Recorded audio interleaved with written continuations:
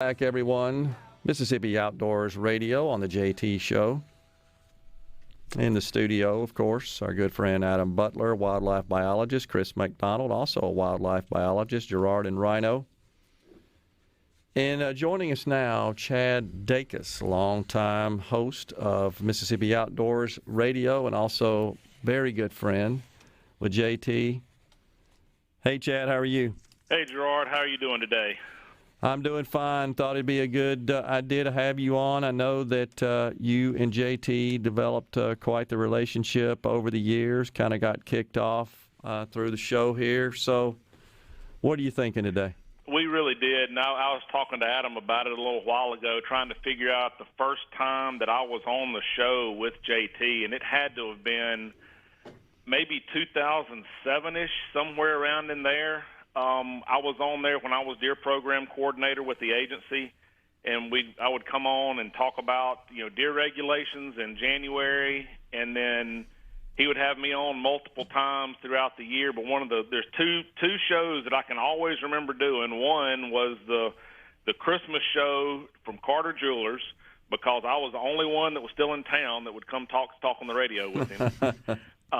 So I would always go down there and do the Carter Jewelers show with him when I was in town. And then sometime during deer season, he started having me on talking about cooking, because both of us, he loved to cook. And we'd come on and talk about cooking. And Rhino may remember this too, but I did some canned deer meat, and actually brought some canned deer meat to Rhino and to JT.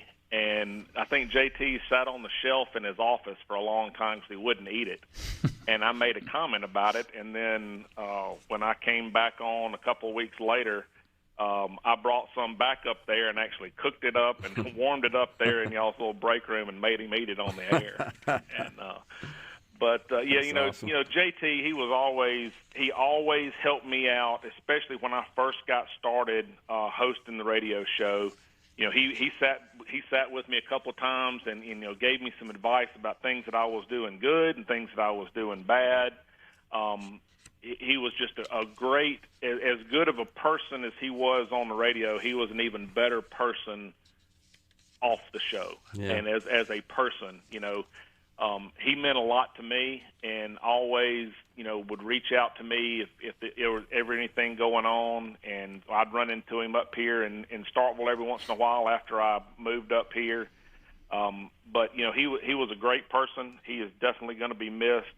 He did a lot for the outdoors community and a lot for wildlife, because he was very passionate about the outdoors as well. Mm-hmm. And he would always give us time from the agency to be able to come on and talk about rules and regulations, even before Mississippi Outdoors Radio. And then when we started the Mississippi Outdoors Radio, if I'm not mistaken, he may have been the first host of the show when it was on Thursday night. Yeah, Rhino's shaking his head. That seems to be correct. So and then right after that, I think there was Don Brazel was host for a little while, and then Larry Castle was host for a little while, and then Clark Gordon was host for a little while, and then that's when Clark, then right after that's when I was host, and even when I was still doing it, he would, I'd see him in the building there when we'd come in to do the show, and he was just always a really good friend to me, and we built a good relationship over the years. And when I heard the news about it on Saturday, I was actually sitting in an airport and on my way back home, and it was one of those that hit me hard. Yeah. I think that all of us were really pulling for JT and really hoping that he was going to be able to pull through this. But because of what he went through, hopefully it will save somebody else's life down the road, and that's what JT would want. He would want us to remember him as a father, as a friend, and as a lover of the outdoors. And I'm a better person for knowing JT. I think that everybody who knew him as a friend can definitely say they're a better person for it, and he is definitely going to be missed. Yeah, there's absolutely no doubt, and really appreciate that, Chad. That was great. Mississippi is blessed with incredible outdoor resources. And the agency, the wildlife, the fisheries, the parks, et cetera, but the landscape itself And JT was a promoter of that, and he too had a passion for that. This show, I mean, it's unique in that respect.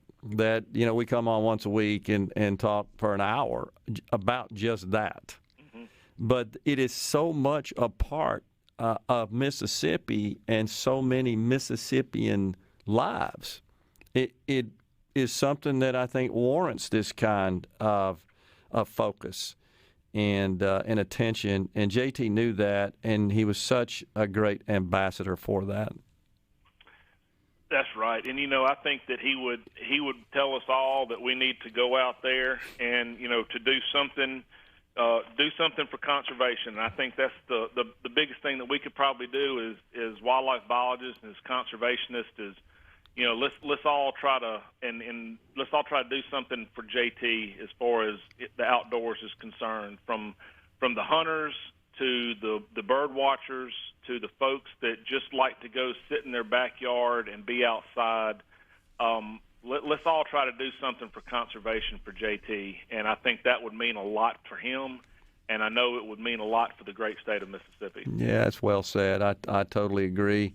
I was just thinking last week up at the Neshoba County Fair and arrived Tuesday, and we took the short drive up to Lake Teocata up there. Mm-hmm.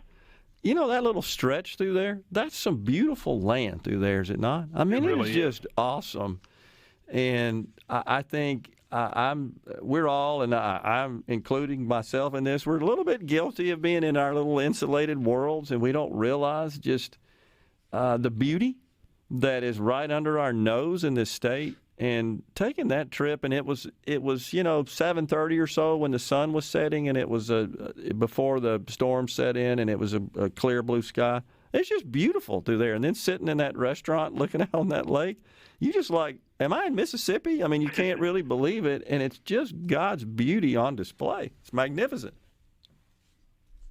It really is, and I think that there's a lot of places in the state, and we look at our state parks across the state of Mississippi, and there's places here in the state that you're right. You go into some places you may not even realize you're in the great state of Mississippi. But that was one thing that JT always wanted to help us promote when I was first starting the show was the spotlight on parks, and that was one of his ideas to get that started, to spotlight our parks in Mississippi. And so I think he got the original funding for that, for the sponsorship for that, and that's what started the little park segment that was on Mississippi Outdoors Radio as well. Yeah.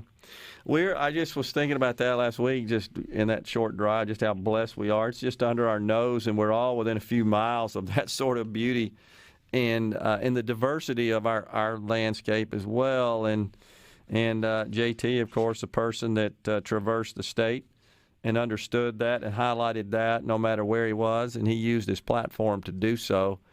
And all of that, I think, benefits all Mississippians. I agree 100%. It's just awesome. Well, Chad, we appreciate you coming on the program today and sharing your personal experiences with JT. I know as we are, we're grieving. You're grieving as well over this great loss, and he is obviously irreplaceable. He's in a better place. He's out of pain, thank God, and he's I guarantee he's up in heaven right now. Yep. Talking about the beauty of Mississippi, no doubt about it. Talking about the beauty of Mississippi and fixing to cook something. Well, God and company have a hell of a chef in that respect, and a great voice and a great informer, and one who truly and fully appreciates God's goodness to us and our planet, really. And Mississippi is just a fantastic example of that. But thanks so much for joining us today, Chad. We'll talk soon. Take care, all right, my thank friend. You, sir. I appreciate it.